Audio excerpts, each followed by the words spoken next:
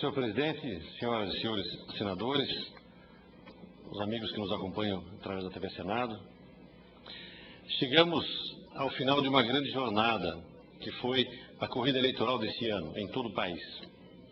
O Brasil elegeu uma presidente, governadores, senadores, deputados federais e estaduais. Foram meses de trabalho duro, de escolhas difíceis e de grandes passos para a democracia brasileira. Um passo importante para nós, principalmente nós do estado de Rondônia, foi a eleição do novo governador, Dr. Confúcio Moura, do PMDB, e Ayrton Gurgas, do PDT, como vice-governador. Eu quero aqui agradecer à população do meu estado por ter acreditado e acompanhado a proposta do PDT. A proposta que veio através do nosso candidato Confúcio Moura, através do nosso candidato a vice-governador, Ayrton Gurgas, que tem um projeto para governar o estado de Rondônia através da união, através da participação da população. Esse é o recado que todos nós, políticos de Rondônia, recebemos através das urnas esse ano. Um recado bem claro, que ninguém quer um estado sendo governado através da opressão, através das ameaças, através do abuso do poder econômico.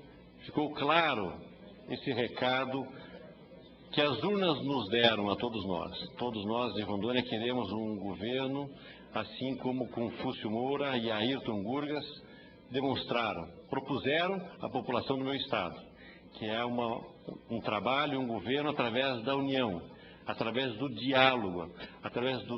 diálogo principalmente com os servidores públicos. Se é da saúde, da educação, da segurança, não importa. Todos os servidores públicos precisam ter espaço para falar. E temos que ter, assim como teremos, um governador com competência para ouvir, tirar as conclusões positivas, aquilo que é bom para o Estado que seja aplicado. Portanto, eu quero agradecer à população do estado de Rondônia por ter acreditado, por ter, junto conosco, ter confiado na proposta do PMDB junto com o PDT. Tenho certeza que nós teremos bons momentos no futuro no estado de Rondônia. Outro grande passo, meus amigos rondonienses e a população que nos assistem pela TV Senado, foi a escolha da primeira mulher presidente do Brasil. A primeira mulher a dirigir esta grande nação. Isso mostra, a meu ver, que o Brasil está no caminho certo, no reconhecimento das competências acima de qualquer tipo de preconceito e de julgamento.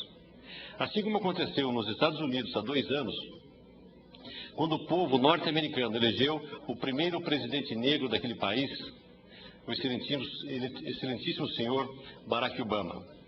O Brasil inteiro agora conta com a nova presidente, a senhora Dilma Rousseff. Conta com toda a competência, toda a diplomacia, toda a sabedoria dessa nova presidenta. E ela, senhor presidente, poderá contar com todo o apoio desse Congresso para o que for justo, para o que for necessário e bom para o nosso país. E também deverá contar com a nossa fiscalização vigilante, com as nossas críticas construtivas e nossas contribuições, sempre em nome de um Brasil melhor, mais desenvolvido, mais justo e mais próspero. O segundo passo que a democracia deu esse ano durante esse atribulado processo eleitoral foi a aprovação da Lei da Ficha Limpa e a sua aplicação. Já me posicionei diversas vezes aqui, nesse plenário, em entrevistas, em artigos e comentários, que sou totalmente a favor dessa lei de iniciativa popular e destaco o seu grande valor como edificadora de novos tempos para uma nova democracia no nosso país. Acredito plenamente na sua aplicação já para esse ano, assim como foi, e no fortalecimento de sua cultura nos tempos que virão. O fortalecimento de um pensamento mais ético dentro da política, que não aceite armações, esquemas ou conchavos, que deixe de lado o fisiologismo, que é essa imposição dos interesses individuais acima dos interesses da coletividade da nação brasileira. Acredito realmente que a lei da ficha limpa tem tudo para mudar o modo de fazer política no Brasil, a ponto de, no futuro, os próprios partidos políticos começarem a aplicá-la antes mesmo que seja necessário que o Poder Judiciário seja obrigado a fazê-lo. Isso demonstrará uma vigilância muito mais atuante em nosso meio político, no qual as maçãs podres serão retiradas espontaneamente dos cestos pela própria classe política. Isso, senhor presidente, já é assim em outros países como a Alemanha, a Espanha, que têm democracias mais antigas que a nossa, e também nos Estados Unidos, que apesar de ser uma democracia quase tão jovem como a nossa, é pontuada há muito tempo pela lógica e pela ética. Uma lógica que não aceita que uma pessoa venha a postular-se, candidatar-se representante do povo, sem que tenha as condições éticas e morais para isso. Temos muito ainda a trilhar no caminho para chegar a uma democracia mais eficiente e mais justa para esse país, mas julgo que estamos no caminho certo. Destaco aqui a importância da primeira visita da presidente eleita Dilma Rousseff na semana que vem à África, nos dias 9 e 10 de novembro, na semana que vem, quando irá a Moçambique, junto com o presidente Lula, antes de seguirem para o encontro do G20 na Coreia do Sul. É de grande importância para o Brasil firmar esse posicionamento de uma política comercial no continente africano. Esse esforço brasileiro é reconhecido positivamente pelas nações africanas, como bem destacou para a imprensa brasileira o ministro dos Negócios Estrangeiros, a Cooperação de Moçambique, Odemiro Baloi, quando disse que será um privilégio muito grande que ela, logo depois da eleição e mesmo antes de sua posse, venha a Moçambique, e que, com o presidente Lula, a política externa do Brasil teve enfoque muito grande na África, algo sem precedentes. Nos diferentes fóruns em que tenho participado da Comunidade de Desenvolvimento da África Austral, ou da União Africana, por exemplo, isso tem sido notado. A África representa hoje uma valiosa fronteira comercial a ser explorada de forma humana e ética pelo Brasil. Temos históricos parecidos de sofrimento, de exploração predatória por grandes potências colonizadoras. Países que ainda hoje depredam e subjugam vários países africanos. Temos muito a contribuir com aquele continente e nosso governo está fazendo isso. Dois exemplos são uma fábrica de remédios contra a AIDS, que será visitada por Lula e Dilma, em Maputo, capital de Moçambique, e o convênio da Universidade Pedagógica de Moçambique, onde o presidente ministrará uma aula magna na semana que vem com a Universidade Aberta do Brasil.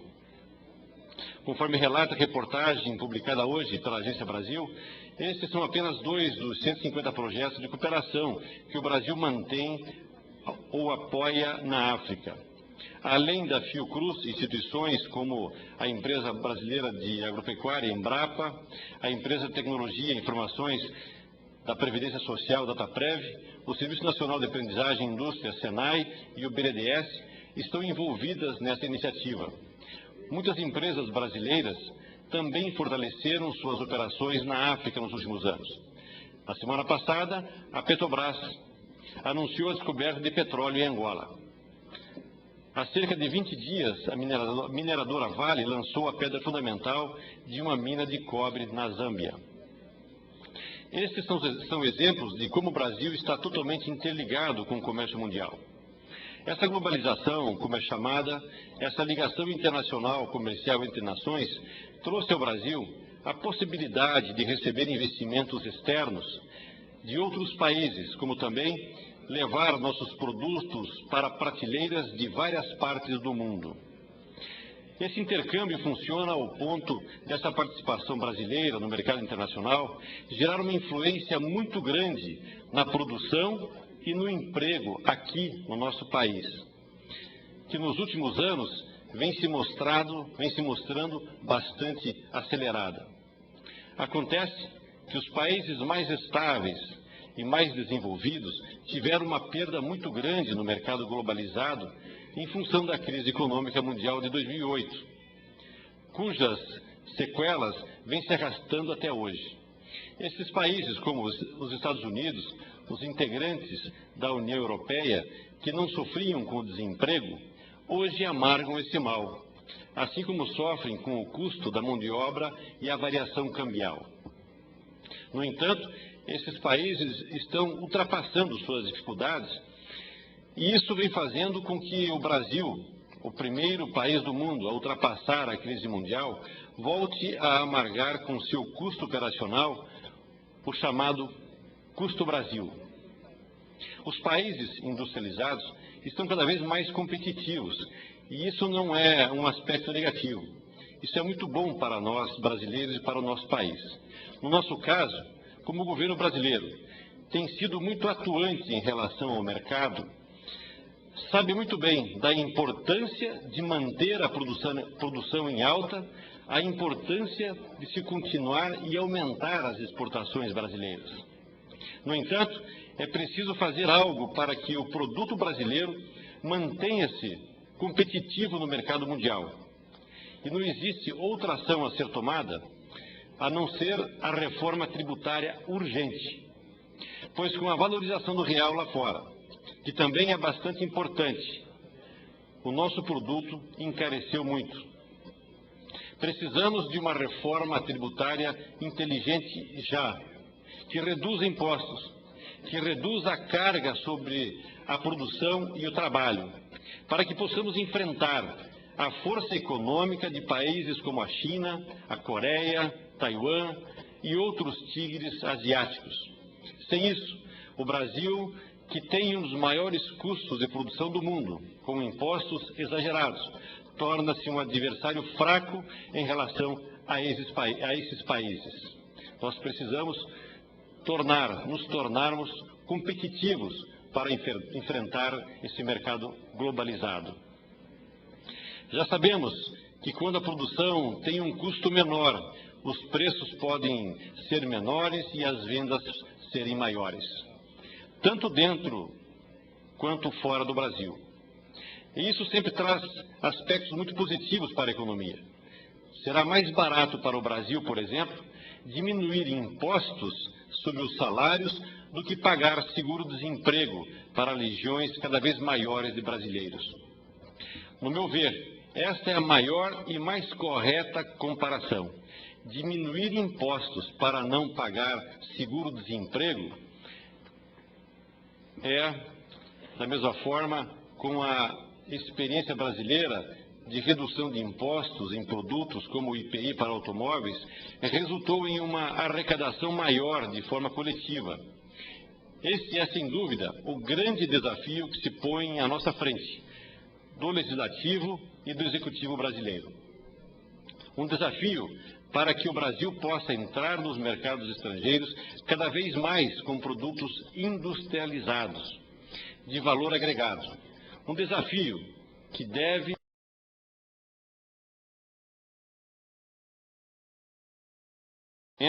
e com a independência financeira da África, para que possamos entrar cada vez mais fundo nos mercados de países desenvolvidos.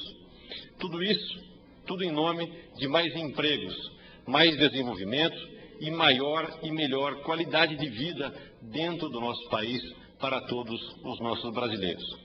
Esse era o tema que eu queria abordar nesta tarde de hoje, senhor presidente. Concluo as minhas palavras cumprimentando a ex-ministra e nova presidente do Brasil, Dilma Rousseff, pela sua vitória e pelo seu compromisso para com os brasileiros. Muito importante e muito oportuna foi a sua colocação, a sua entrevista coletiva no dia da posse, colocando um rumo para o seu governo. Da mesma forma, a entrevista coletiva de hoje do presidente Lula, junto com a futura presidente, esclareceu muitas coisas que era preciso se colocar. Meus parabéns a Dilma, os parabéns ao presidente Lula. Até porque a eleição da Dilma mostra que o povo brasileiro aprovou nas urnas o governo do presidente Lula. E nós temos a grande expectativa que esse governo tenha continuidade. Muito obrigado, senhor presidente.